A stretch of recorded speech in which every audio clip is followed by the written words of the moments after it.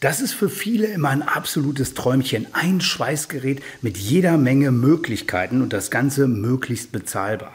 Das ist eine MIG 185 CMT, ein MIG-Mac-Schweißgerät, ein WIG-Schweißgerät, ein Plasmaschneider, ein Elektrodenschweißgerät. Alles in einem Gerät, alles mit sämtlichen Schlauchpaketen, mit vielen tollen Funktionen und vielen tollen Möglichkeiten. Und das Ganze ist wirklich noch sehr, sehr bezahlbar. Ich habe hier also ein MIG 185, ein MIG-Mac-Schweißgerät mit 185 Ampere. Ich habe ein WIG-Schlauchpaket. WIG-Schweißen ist hier mit Hochfrequenzzündung, MIG-Mac-Schweißen synergisch. Das heißt, ich kann an dem Gerät einfach auswählen, was ich machen will und das Gerät schweißt. Ich habe eine Elektrodenschweißfunktion, ich habe ein Massekabel, ich habe einen Plasmaschneider und ich habe auch eine Teflonseele schon im Lieferumfang für den Preis. Also das ist ein sehr schönes Paket, was hier zusammengeschnürt wurde und das gucken wir uns jetzt natürlich im Detail an und wir fangen erstmal an mit dem Gerät und der Steuerung. Ganz grundlegend haben wir hier ein 185 Ampere Schweißgerät.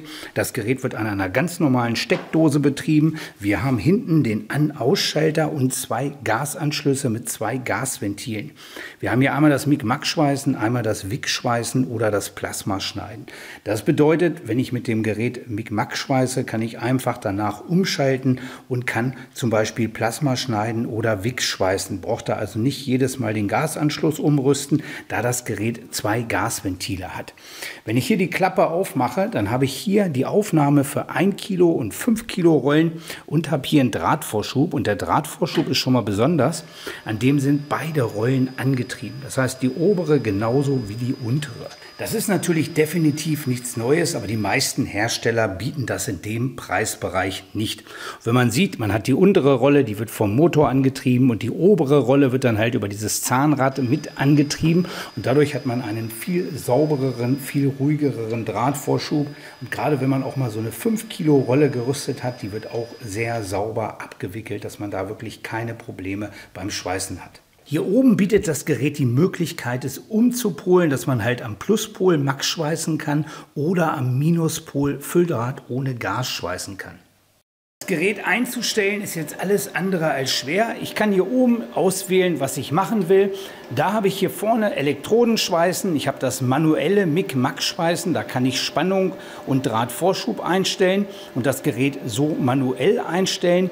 Ich habe dann MIG-Mac-Schweißen synergisch, das heißt, hier habe ich verschiedene Programme für verschiedene Werkstoffe und kann da einfach auswählen, was ich machen will, welchen Drahtdurchmesser und dann schweißt das Gerät.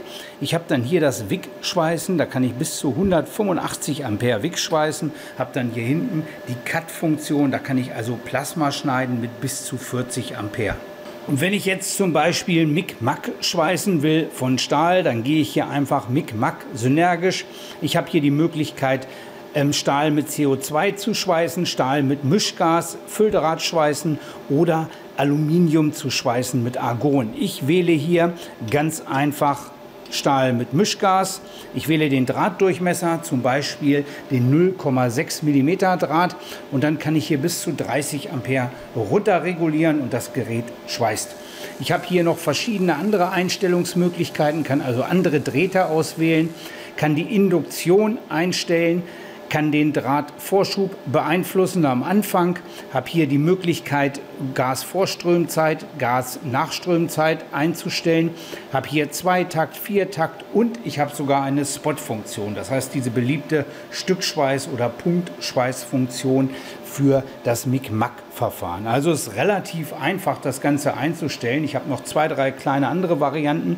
Das heißt, ich kann hier die Spannung anpassen, kann damit den Prozess ein bisschen anpassen. Aber mein Erfahrungswert ist wirklich, ich bin hier auf 0 und dann schweißt das Gerät. Das heißt, einfach auswählen, was man machen will, Leistung einstellen und dann schweißt das Gerät. Gerade Dünnblechbereich natürlich sehr, sehr gut, aber auch mit 0,8er Draht. Man kann mit den 185 Ampere hier problemlos 6 bis 8 mm schweißen und das ist für den Hausgebrauch normal mehr als ausreichend.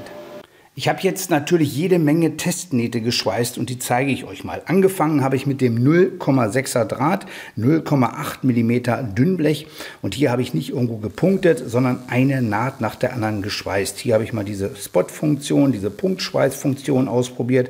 Ansonsten hier eine Naht nach der anderen. Das sieht sehr sauber aus, ein sehr ruhiges Ergebnis. Ich habe hier hinten auch Kehlnähte geschweißt, auch 0,8 mm Blech. Dünnblechschweißen funktioniert also sehr gut. Das ist 2 mm, zwei alte Rohrreste. Hier habe ich auch mal eine Kehlnaht geschweißt. Die sieht auch unglaublich schön aus. Unglaublich schön. Und alles, was ich da im Mic-Mac-Schweißprozess geschweißt habe, ist nahezu spritzerfrei. So einen ganz kleinen Spritzer hat man immer mal, aber im Großen und Ganzen sehr sauberer, sehr ruhiger Prozess. Einfach ausgewählt, was man machen will und das Gerät schweißt. Das ist der 0,6er Draht, das ist der Dünnblechbereich. Das ist jetzt 0,8er Draht und das ist 6 mm Blech. Auch das lässt sich hier problemlos schweißen mit dem Gerät. Eine richtig schöne Kehlnaht hier reingeschweißt, habe ich hinterher sauber gebürstet. Also sieht vom Ergebnis wirklich auch sehr gut aus. Wenn man ganz genau hinguckt, sieht man so ein paar ganz kleine Spritzer, aber ansonsten auch wieder schöner, ruhiger, sauberer Prozess.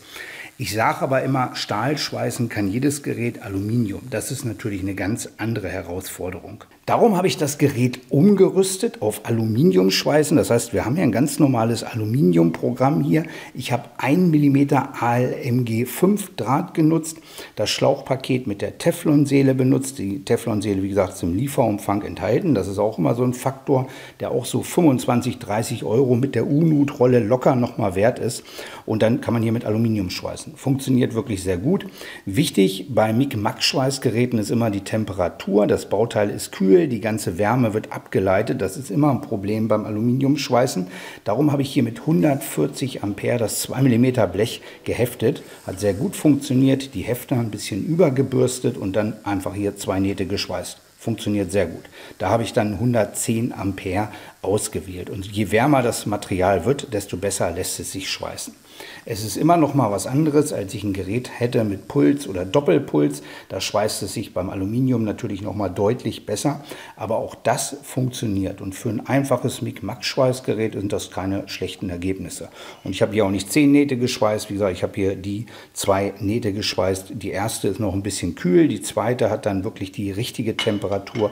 Und dann lässt sich das richtig, richtig schön hier mit dem Aluminium schweißen. Elektroden schweißen kann das Gerät selbstverständlich auch, habe ich jetzt nicht ausprobiert, aber das Wick-Schweißen ist natürlich unglaublich interessant. Das ist eine Schwarz-Weiß-Verbindung, 10 mm Edelstahlwinkel und das ist eine 6 mm Stahlplatte und das habe ich geschweißt mit dem Gerät. Das sieht von den Ergebnissen alles andere als schlecht aus. Man braucht im Prinzip nur den richtigen Draht. Dann sind solche Schwarz-Weiß-Verbindungen hier auch wirklich problemlos möglich. Und so von der Optik her sieht das richtig, richtig gut aus. Was man dazu wissen muss, es ist ein Wick-Schweißgerät oder eine Wick-Schweißfunktion mit Hochfrequenzzündung. Das heißt, ich brauche hier nicht irgendwo mit Kontakt zünden. Ich habe hier aber keine komplette Schweißrampe, die ich einstellen kann. Das heißt, ich kann Gasvorströmzeit, Gasnachströmzeit einstellen und dann ist es so, solange ich den Brennertaster gedrückt halte, solange schweißt das Gerät. Ja. Ich habe hier sogar einen biegsamen Hals, habe ein schönes Schlauchpaket, das ist von der Qualität her super, das funktioniert wirklich gut, das sieht man auch wirklich an den Ergebnissen, man kann damit vernünftig Wick schweißen, man hat eine Hochfrequenzzündung, das ist wirklich so das A und O. Ich habe aber keine komplette Schweißrampe und wichtig auch, das Ganze ist ein DC-Prozess, also Gleichstrom und mit Gleichstrom kann ich kein Aluminium schweißen oder zumindest nicht vernünftig Aluminium schweißen. Sollte man auch nicht ausprobieren. Das heißt, damit kann ich Stahl, Edelstahl schweißen oder halt auch eine Stahl-Edelstahl-Verbindung. Aluminium kann ich mit dem Gerät im Mic-Mac-Prozess schweißen. Dazu habe ich ein extra Programm. Wick in der Form, ne? Aber ich sage mal so, wenn man das Ergebnis sieht, da braucht man keine Ausreden haben, dass es irgendwie am Gerät liegt. Das funktioniert hier wirklich schon sehr, sehr gut. Hat mir auch richtig viel Spaß gemacht, damit zu schweißen. Sehr sauberer, schöner Schweißstrom. Ich habe, glaube ich, so 150, 160 Ampere benutzt hier, habe die Nähte nach und nach durchgezogen, da wird auch nicht zu heiß, das gibt auch keine Probleme und das ist schon eine ganz gute Belastung, denke ich mal, für so ein Gerät. Ergebnisse haben mich wirklich auch erstaunt. Hätte ich nicht gedacht, dass es mit so einer einfachen Funktion auch so gut funktioniert. Plasma schneiden ist jetzt im Prinzip auch ganz einfach. Schlauchpaket umrüsten, dann müssen wir hier oben auf Cut stellen.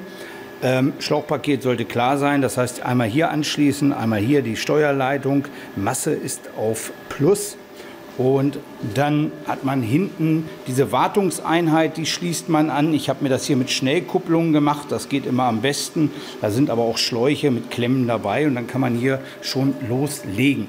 Ich habe mir das Ganze hier drüben aufgebaut auf meinem Wassertisch. Das heißt, hier schneide ich in den Wasserbad. Das ist natürlich am angenehmsten beim Plasmaschneiden. Was man jetzt wissen muss, das ist jetzt ein ganz normaler herkömmlicher Plasmaschneider mit Kontakt. Ich habe hier 45 Ampere maximal.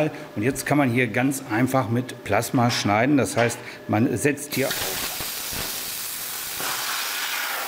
Ja. Natürlich ohne Handschuh, schlechtes Vorbild, aber man sieht, das funktioniert sofort. In so ein Wasserbad schneiden ist immer sehr empfehlenswert. Wie gesagt, ist ein Plasmaschneider mit Kontakt, ohne Pilotlichtbogen. Es gibt da diese Umrüstsets, das kann man hier auch problemlos umsetzen. Dazu gibt es auch zahlreiche Videos von mir. Diese Umrüstsets gibt es zum Beispiel bei Weldinger. Sehr, sehr empfehlenswert, auch von der Qualität her. Und es gibt sehr einfache, sehr günstige von Parkside. Also wenn man so ein Gerät hat und man sagt, man will doch einen Pilotlichtbogen, das kann man sich problemlos umrüsten. Ich werde jetzt noch mal ein paar Schnitte machen, die werde ich hier noch mal mit einblenden. Ansonsten muss ich ganz klar sagen, ist ein Gerät, es funktioniert, es schweißt gut MAC, es schweißt gut auch MIG Aluminium, es schweißt gut WIG. Elektrode habe ich jetzt nicht ausprobiert und Plasmaschneiden funktioniert auch. Eine einfache Plasmaschneidfunktion. Ich habe euch versucht, das Gerät komplett vorzustellen, das heißt mit den Möglichkeiten, aber auch was das Gerät vielleicht irgendwo nicht ganz so gut kann wie ein WIG-Schweißprozess mit einer kompletten Schweißrampe. Mir ist es immer wichtig, dass man dann am Ende des Tages auch weiß, was man sich kauft und dass man das im Vorfeld so ein bisschen abschätzen kann. Das soll dieses Video zeigen. Das heißt, das Video soll zeigen, was das Gerät kann, soll aber auch so Sachen zeigen, wie zum Beispiel den Pilotlichtbogen beim Plasmaschneiden, dass das Gerät sowas nicht hat. Aber sowas kann man sich einfach umrüsten. Im Großen und Ganzen für jemanden, der ein Kombi-Gerät sucht und da nicht die Welt für ausgeben möchte, ist das ein sehr schönes Gerät. Von den Schweißeigenschaften oder so, von der Qualität, wenn man das sieht, von der Verarbeitung, finde ich das alles andere als schlecht. Das Gerät verlinke ich hier unter. Ich werde definitiv noch weitere Videos zu dem Gerät machen, wo wir ein bisschen ins Detail gehen. Wenn da Fragen zu sind, zum Beispiel das Fülldrahtschweißen wird sicherlich wieder viele interessieren, dann werden wir das natürlich alles erörtern. Schreibt mir die einfach in die Kommentare. Wie gesagt, Gerät verlinke ich in der Beschreibung. Ich wünsche euch viel Spaß beim Schweißen. Bis dann, euer Manni.